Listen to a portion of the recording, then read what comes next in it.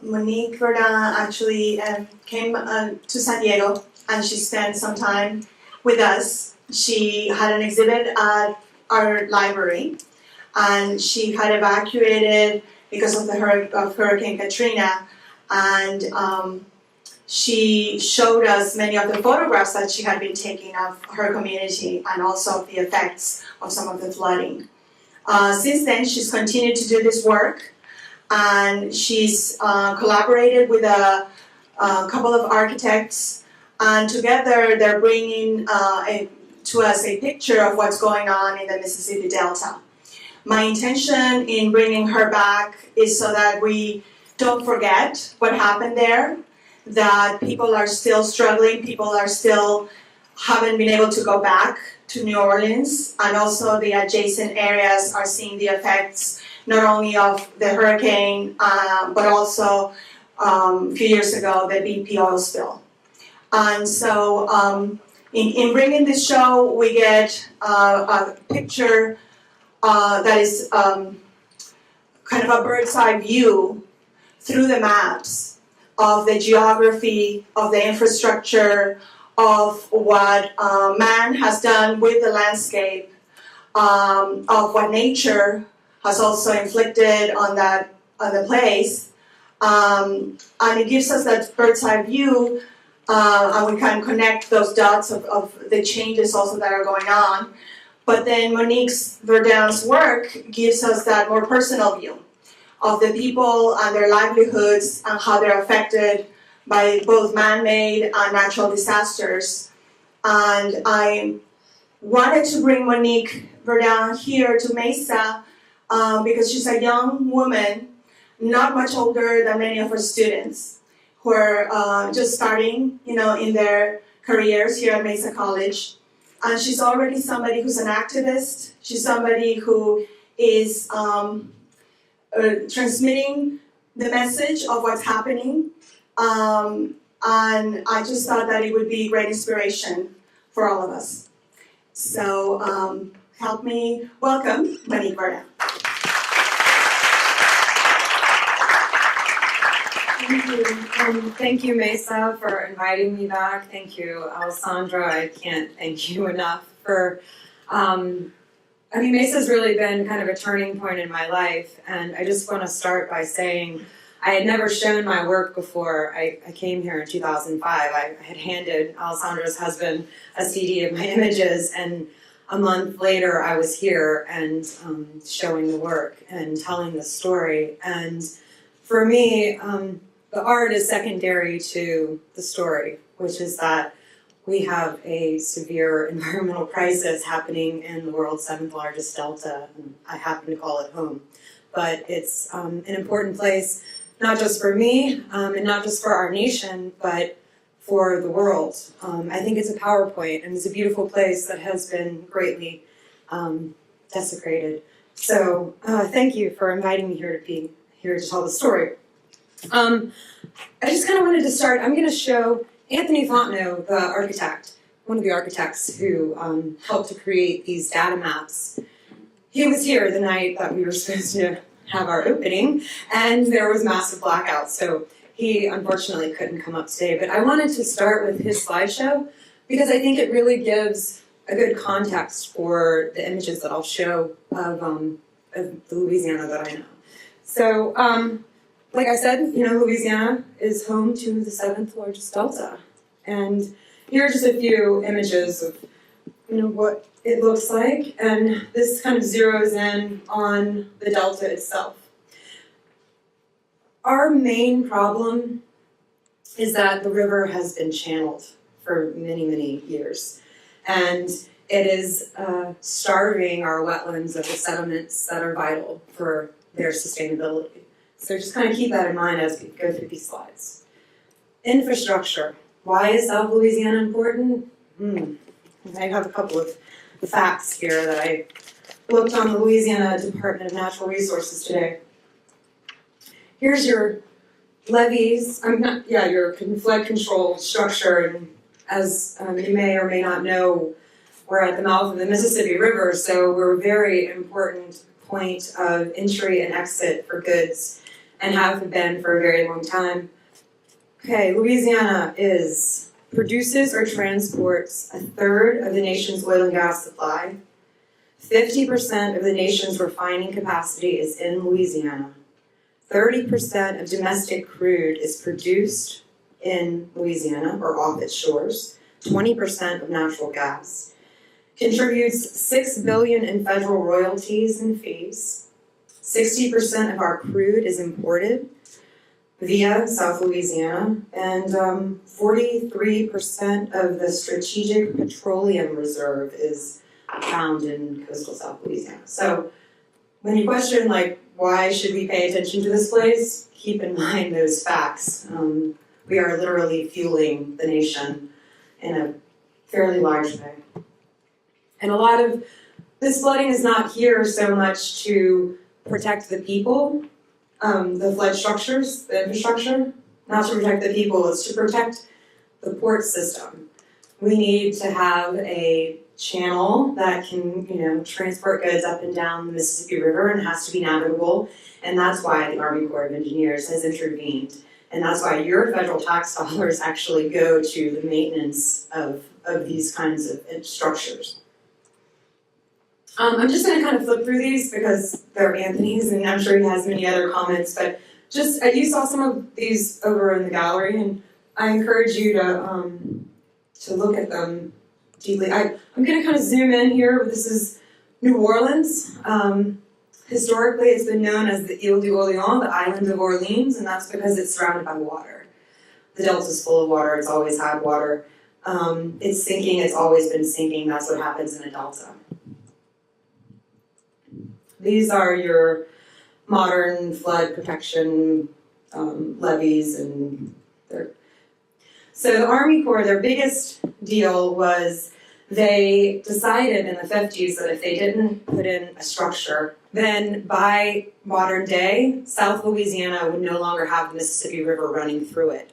So they knew that in order to ensure that all of these refineries and the ports and all of that could still be maintained, they were going to have to do something. Because what the river wants to do is it wants to shift, and you'll see later in these slides, the river's always shifting. You can't have a river shifting if you're going to have navigation. So they put in these levees. They created this dam that's essentially holding the river back from shifting. The river wants to go down the Atchafalaya River, which is a little to the west. And the Corps has figured out to maintain the water flow so that 70% is going down the Mississippi and 30% down the Atchafalaya. Now, when we had those huge floods in the springtime, they opened up some of those systems. Here's just transportation. Shows we had tons of railroads and major highway, and of course the river. And here's your cities. New Orleans, of course, being the most populated. Some of these images are mine, and some of them are not mine. This is actually one of mine. It's an island road to L'Île Jean Charles, and probably 50 years ago had land on both sides. Not my photograph, but of the same island road. Industry. This is America, and as you can see, off the coast of South Louisiana is where many of your deep water drilling platforms are. And here are your pipelines bringing them, our oil and gas all the way up to places as far as Boston. Platforms. This is a new technology. It really wasn't invented until after World War II in the 50s, and is now, how most of oil and gas extraction is happening. It's not happening on land the way it was 50 years ago. It's all deep water, very deep, like the Deepwater Horizon. I think that this is one of my most favorite maps just because it's so telling of the pipelines and, it's like a machine underwater. Most people, when we show this map, they usually immediately think BP, and it's not. 8 million gallons of oil were spilled during or after Hurricane Katrina. And in one of those areas, it was in a residential neighborhood where there's this refinery. It's not very far from my house where I live in St. Bernard Parish. And 1.1 million gallons dumped there. And literally my cousin lived on the road next door and had, 2.5 feet of this mucky oil sludge inside of his house. So oil spills are nothing new to us, I guess is my point. This is the satellite image of the Deepwater Horizon drill.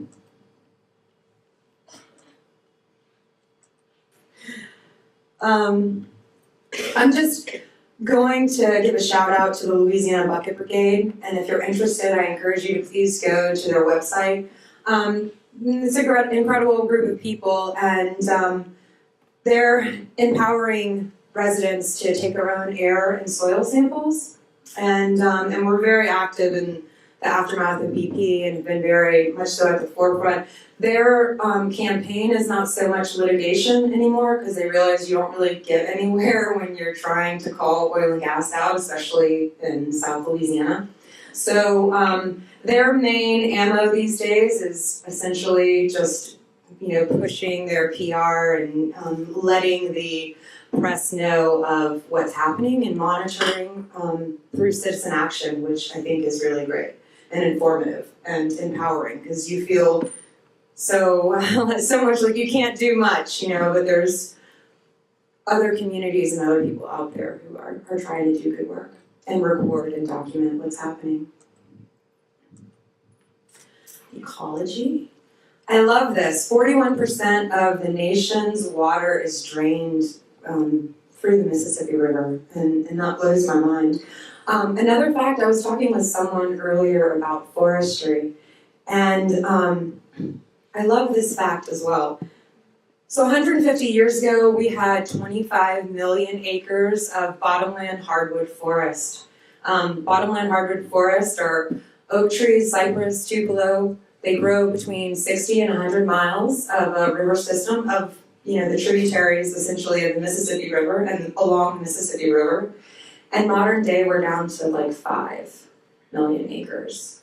And many of those, I want to say 800,000 of those are in the Atchafalaya Basin, which is in South Louisiana, and many are not protected. And that's happened because of agricultural and logging and many other reasons. But that's huge, in a really short amount of time. And when you're talking about biodiversity on the planet, I think it's something to pay attention to. It's also why South Louisiana is even more vulnerable. When you think about it, and especially those huge trees, they love the wind. Actually, they thrive off of it. They grow from it. And if you look at an old oak tree, you can see how it can, its body looks like it's shaped by the wind. Many of our cypress, tupelo have all disappeared. We have a barren landscape in many places, and I think my photographs demonstrate that. Again, your levees. These are 1888 levees and just how they keep going higher and higher. This is right outside of New Orleans. Marsh composition, 1949. So they weren't really paying much attention to land loss, but as you'll see in some of the slides ahead, there's been a dramatic amount of land that's been lost in a really short amount of time. 1,900 square miles since 1932, they're saying. And that's because of these man-made canals. in addition to the river control. So the oil and gas industry came in and they cut up the landscape essentially to search for oil and gas. And they didn't know what they were doing then, but it hasn't, they haven't. Essentially, there are groups that are trying to hold the oil and gas companies accountable for the environmental damage that has been created because of their industry. And the oil and gas companies, they know that they have to invest in South Louisiana as far as restoration in order to protect their profits and products. But it's a very controversial subject. But I think that, this kind of shows like, hey, we've definitely cut up the landscape here. What happens is tidally, you're changing the hydrology, you're having tides come in, you combine that with a couple of hurricanes, they just push the water in, they flip the land up, it's not a good situation. But hurricanes have been happening all the time, right? They're a natural thing, we know that. Okay, so this is 2001 marsh composition. And just to go back, kind of keep this in your head, right? I'm going to flash back. In less than 50 years, essentially. So we're losing land at a most rapid rate, the fastest on the planet. Almost. Definitely in the United States. And this is a projection by 2030, which is very scary because I live in the red zone, as do many other people. And sacrifices are going to have to be made, so,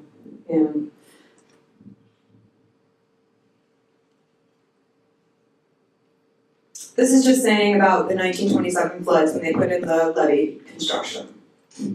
This is how the river used to flow. Now, as you saw, it's channeled, right? It just goes straight out, which is why we're losing all the sediment. And of course, it's dumping. I don't know if you guys are following this at all or if you know about dead zones, but from Middle America, they're using all this nitrogen and fertilizers and what have you for the farmlands and the corn belt. And all of that nitrogen just funnels out into the Gulf of Mexico, and we've been having these huge dead zones where everything dies, And fishermen, I know, you can cross the line, and when you cross the line, there just is, nothing survives there because it has these huge algae blooms, and then they all die, and then the oxygen's all gone, and then nothing can live in the water. So, and this isn't just happening off South Louisiana's coast, it's happening globally. Again, there's your channeled river. So I'm going to read this. Louisiana has lost up to 40 square miles of marsh a year for several decades, which accounts for 80% of the nation's annual coastal wetland loss. If the current rate of loss is not slowed, by the year 2040, an additional 800,000 acres of wetlands will disappear, and South Louisiana's shoreline will advance inland as much as 33 miles in some areas. If this was another country that was taking this kind of land, our nation would be up in arms that we're losing this. But that's not the case. This is a really famous photo from National Geographic image where this guy is showing, the land behind was where his grandparents once lived. There's a cemetery there. So they say one of the equations is that South Louisiana is losing a football field every 15 minutes. And this just kind of get your head around that. I'm going to kind of go fast through the urban fabric because I'm not going to really focus on it too much. But I think that this image is very telling, which is the fact that the highest elevation is actually in the middle of the river. So, when you're talking about a river that is I think it was cresting at 19 feet this spring, and you would go out onto the levee and the water's right there, and then you look down and the city is below you, you're like, okay, this is a fragile existence here, And this kind of demonstrates that.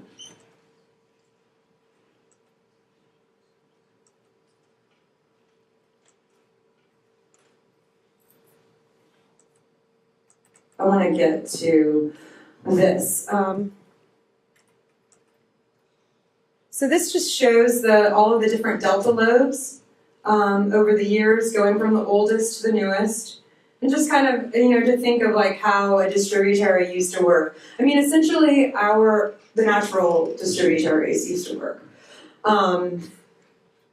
it's really beautiful to think of a delta as always changing and always building land and always taking land away and the way that the water works. I mean, essentially, if we are going to save South Louisiana, we have to figure out a way to reconnect the river to the wetlands. And if we don't figure out that, then there's no hope. You can talk about what should be done or what could be done, and it's a long road to hoe, and of course South Louisianans can't do it by themselves. They need the national government to help and intervene and give them permission and all that. But we have some huge problems, and I think that what Jacob and Anthony Fontenot were doing with this animation, which is over in the gallery, so I apologize for kind of going fast through it, but was to show, what has happened and also what our possibilities could be if we were to try and find alternative ways to reconnect the water to this land that needs the sediments and needs the fresh water in order to combat this issue of land loss. Okay, so these are the active, or the 5 deltas, I think, that they've kind of identified as modern day areas that need attention. The area that I'm going to talk about is a place called Pointe-aux-Chenes. I'm going to talk a little bit about St. Bernard Parish, which is where I live now too. So the Mississippi River is here, right? And then the Atchafalaya River essentially comes off up there by the Red River, and then this is all the Atchafalaya Basin. And it's not controlled. The river flow is not controlled there, so there's lots of area for the water to go. And this area, Terrebonne and Barataria Basin, is where we're losing the most land the fastest in all of South Louisiana. And if you think of it as like a triangle, where the Atchafalaya is coming here and the Mississippi's coming here, so all of this is suffocated from the natural waters, and it's just being eaten away at a very, very rapid rate. I like to start with this image, which was taken in the 1930s in a place called Pointe-aux-Chenes. The 2 women on the ends are my grandmothers, my great-grandmothers, Celestine and Ernestine. And I think that, I love to reference this image because I think it speaks volumes for how dramatically a place can change and a way of life is transformed, and especially in the 20th century. So I don't know if you noticed, the roof is palmettos, and then there's this mud moss chimney in the foreground. And photographer unknown. I was telling some folks earlier that when I evacuated for Katrina, my grandmother, who you'll see in the slideshow, she refused to leave. And when I left her house, she was 90 at the time. She's 96 now. She handed me these 5 old photographs, which are here. And, this is a record of my family history. My grandmother doesn't read or write her own name. But when she was telling me of where she came from and who she was and how she grew up, she would use these photographs to kind of, bring me to that place and jog her memory. This image here is of her and her brother when she was just a wee little girl many, many years ago. So this is probably, the photograph must be 90 years old. She's probably 4 there. And I've manipulated this image. I do love this image a lot. And I love my grandmother quite a bit, too. She has been my gateway and my guide into the Louisiana I know. Her and many other of my relatives, family members, and friends. This image here is in the gallery. And I think that it really captures what all of my photographs are trying to say, especially in this context to South Louisiana, which is that in my grandmother's lifetime, the landscape has changed dramatically, and man has intervened and manipulated, and, for better or for worse, this is the landscape that I've inherited, and I don't know if I'll be able to grow to be an old woman like my grandmother on our land. That's not for certain. So I'm going to kind of let the images play. I'll stop them every now and again, but just keep in mind as you're looking at them, I've been photographing this girl, Allison, my cousin, for 13 years now. And I'm watching these young children grow into young adults. And, you know, as the photographs and my work taking pictures and learning about Louisiana and our environment and our culture, I'm watching them have to come to terms with the landscape that they're inheriting and dealing with that. You know, I mean, these kids have grown up in floodwaters almost every year, so it's a very common thing. But when they're my age, when they're their grandparents' age, again, will we be able to live there is a question. So, and also keep in mind that all of these characters are related. This image here, this is an image of toxic waste oil pits in Grand Bois, which is where there's a small Native American and Cajun community where my cousins live. When I first started taking images in 1998, I had come home from living in Florida. People often say that I don't sound like I'm from Louisiana, I guess because I don't have like a Cajun accent or I don't talk like a yacht or whatever, but I did spend some time away from 85 to 98. I lived in Pensacola, which is just 3 hours east. And I came back in 98 as an 18-year-old woman, young woman, very naive woman, and I realized that my cousins live next door to these toxic waste pits and that they don't have proper berms and they flood and it goes into the communities.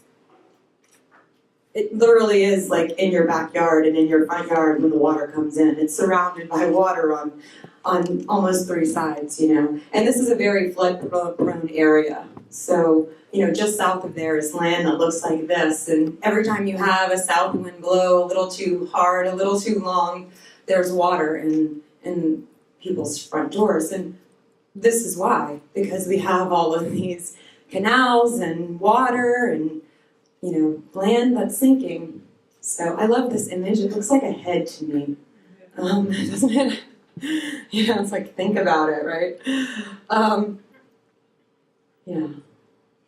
So I started taking the photographs in a way because I was like fired up about this environmental situation that my cousins were having to fight against.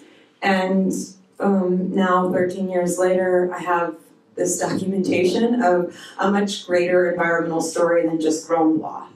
This image here is of a shipping canal that was dredged in the 1960s by our United States Army Corps of Engineers. And modern day, it's destroyed over 600,000 acres of wetlands. And that's since the 60s, right?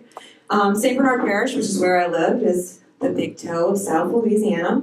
And during Hurricane Katrina, there was, this is my grandmother's house, and she had 11 feet of water there at the height of the storm. But just south of her house, they had like 23 feet. So, I mean, when you think of that, Mother Nature is very strong. And it was really heartbreaking to come home to, and also has been something, you know, that I've definitely referenced in my future. This is my picture, my photograph. Mark Krasnoff took this, and that's not our home. But I think it's very telling, you know, that we returned to this landscape where they were telling us, oh, make sure that you have your gas mask before you go home, and your rubber boots, and your, you know. And it's funny because when we had the blackout here, you know, it was like disaster PSD trigger inside of me, where it's like, oh, right. A disaster can happen anywhere and at any time. And I think that we forget what's really important until times like that. And if we would remember what's important more often than in times of disaster, maybe we would get further along. This photograph here is, of course, of like a devastated house post-Katrina. And I just wanted to kind of illustrate that there is a rebuilding that's happening. People don't want to leave the place where they've lived their whole lives. And even though they're left outside of levee protection and they're living in poverty, they really have nowhere else to go and they don't know another way of life. This is Anis Verdin. He's holding the jar of oil over in the gallery.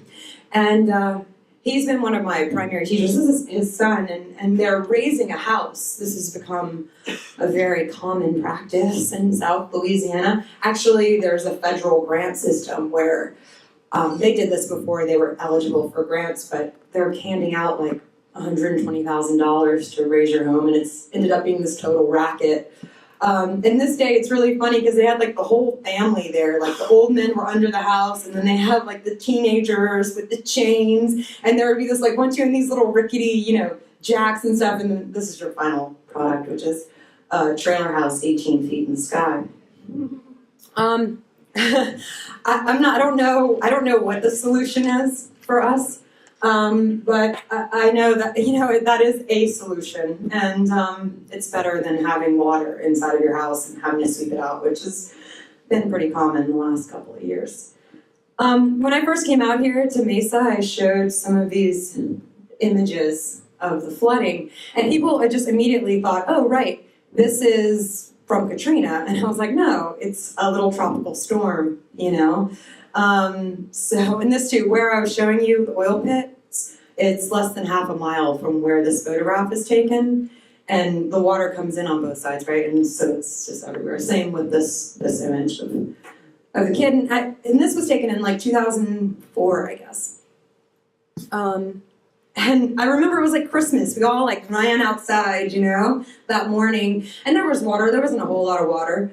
It was like a foot deep or whatever. And then I realized, I was like, oh my God, this is like toxic water, like and babies in it,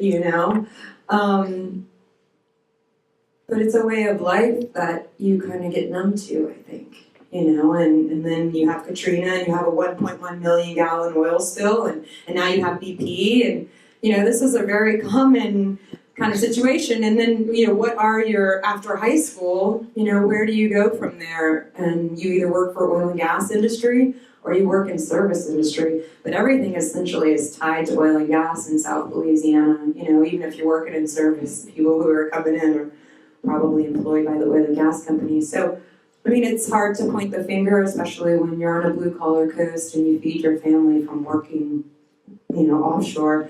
This whole kind of fishing, farming, hunting way of life, that was definitely a part of my ancestors, not so distant past. My grandmother definitely made a living working the waters and the land. That's something that I've seen in the last 10 years start to really disappear.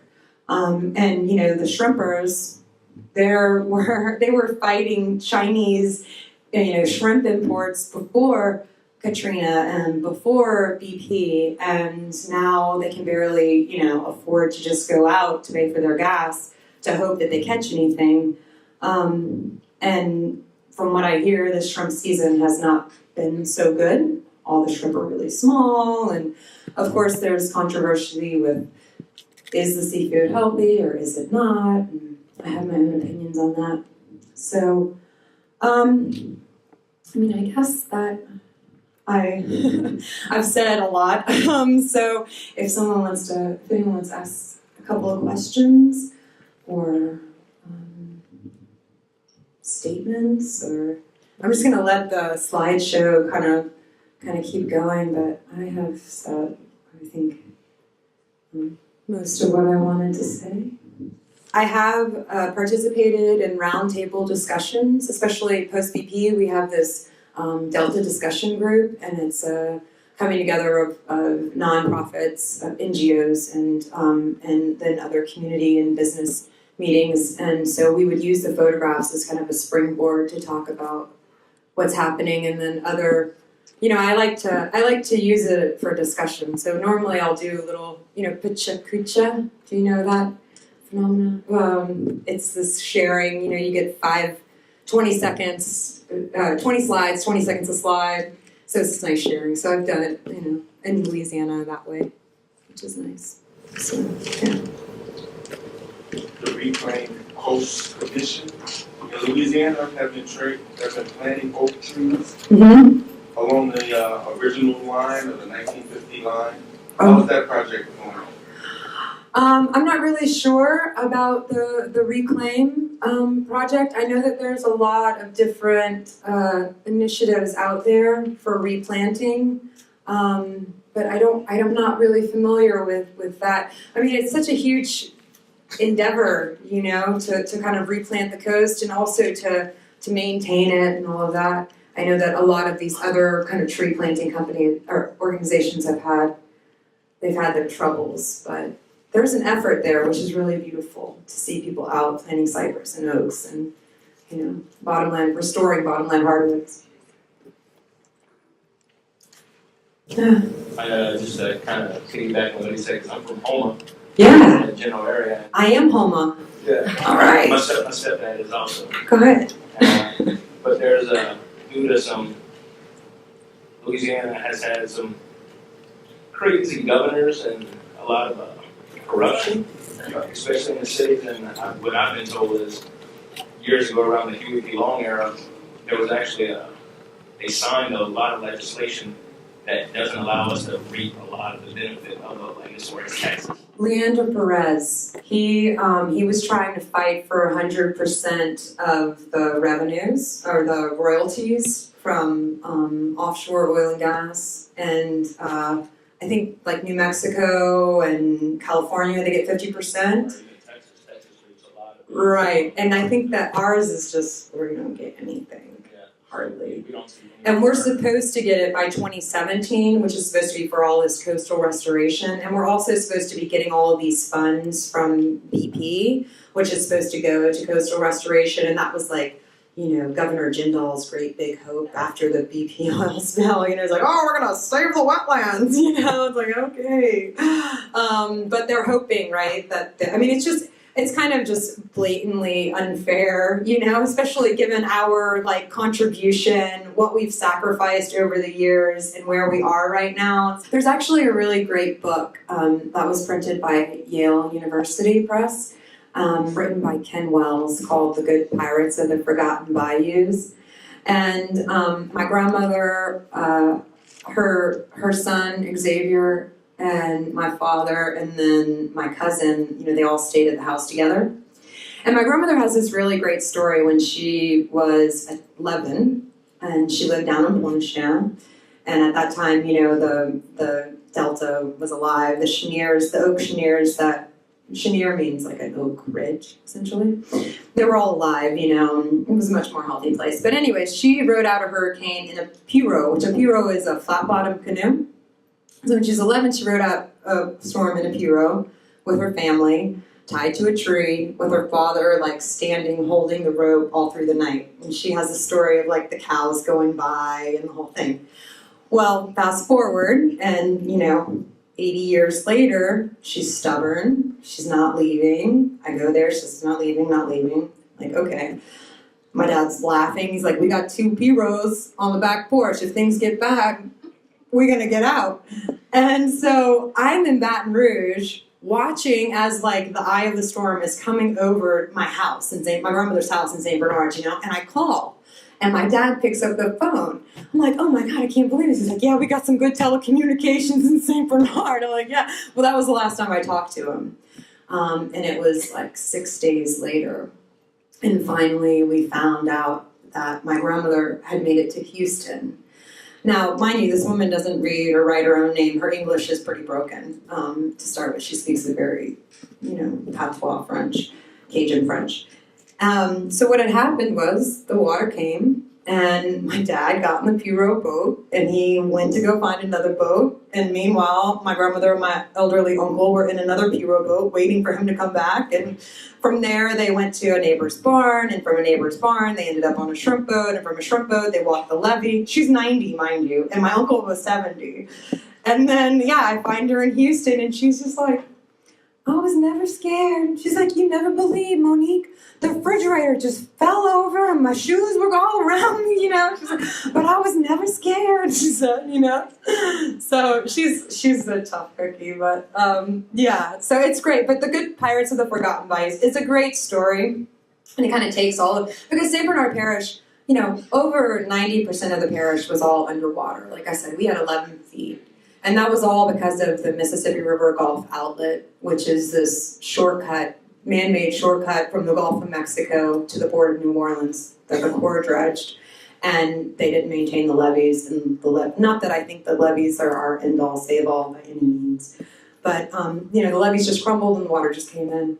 So, yeah. She said it was amazing. I mean, I couldn't imagine seeing the water just, he was like, go get the boat, you know? What college did you go to? You know, when I first came out here in 2005, I had taken some night classes and things at Tulane and Loyola University. But then in 2007, I went back and I went to Loyola University in New Orleans. And got my degree in mass communication there. So, yeah. Mm-hmm. They're good. You know, I find that I was going to UNO, and they weren't requiring reading and writing at all, and the Jesuits are pretty hardcore about, like, your reading and writing, you know? So I'm really glad that I went there. I'm much stronger. I've always been kind of not a naysayer on education, but I don't think that, like, education is the end-all, be-all. I mean, I started taking these photographs way before I went to college, you know? But it's been able, you know, I've been able to find a way to share the images and to be more articulate and to have skills to be able to share them in a different way that I didn't have before. I just graduated in May. So, and I'm working on this documentary film right now called My Louisiana Love, which is essentially a story about my life, but in the context of the last 100 years in South Louisiana, and kind of juxtaposes my life and my grandmother's life and this series of, like, environmental injustices from the land being taken away from, I don't think I said this earlier, that they're Native Americans. I didn't. I'm like, oh, we're Homa. My grandmother, if you were asked her what she is, she would say, I'm French Indian. Which was like, what does that mean, you know? But, you know, when the French, they had a totally different policy than the English when they were coming in and conquering the new land. And they were very much so, like, intermarrying with the natives, you know, make Frenchmen. So, yeah, you know, and so there's all, and of course when they were all, you know, there was so much change happening. So it's Attakapaw, Biloxi, Chitamacha, Homa, all of these different kind of Indian tribes, but now under the umbrella of the Homa Nation, which Homa in Muskogee, which was kind of the most spoken Indian language in the Southeast, it means red. So Homa, you know, Homa, I'm red, I'm a red person. What's really interesting about the Homa is that they dodged the Trail of Tears. You know, after the Louisiana Purchase, they started, and that was in 1803, they started moving all of the Indians west. And actually in South Louisiana, it was a depot for the Seminoles. So they were bringing the Seminoles from Florida, and then they were shipping them west from South Louisiana, but all of these Indians just went into the back swamps, found refuge way down the bayou at the ends of the earth. And, you know, modern day, they are still federally unrecognized, but are very much so, you know, identify themselves as being native. And they're left outside levee protection. They have nowhere to go. Most are living under the poverty line. Their skills are either tied to welding, oil and gas industry, or driving a boat, or shrimping. You know, and all of those industries are very much so endangered. I mean, even the oil and gas industry is different than it was before. You don't, I mean, everything is. You don't need the manpower you needed at one point.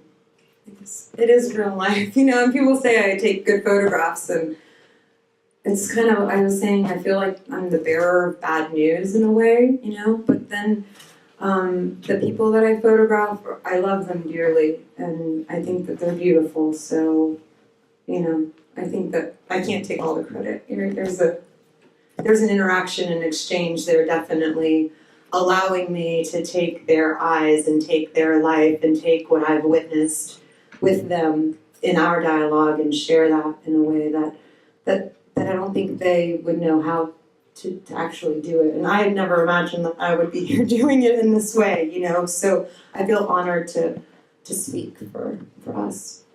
This is actually the Mississippi River Gulf Outlet, and there was a pier here.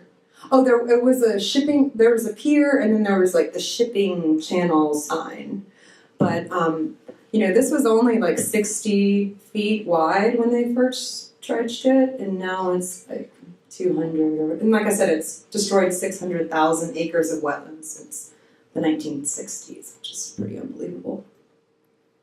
My little corner of the world is a microcosm that is reflected in other little corners of the world all over, and we all have parameters and we all have places where we love, and, we're all living under extreme environmental circumstances that are not our fault, but we're totally tied to and participating in, So, yeah, thank you for saying that.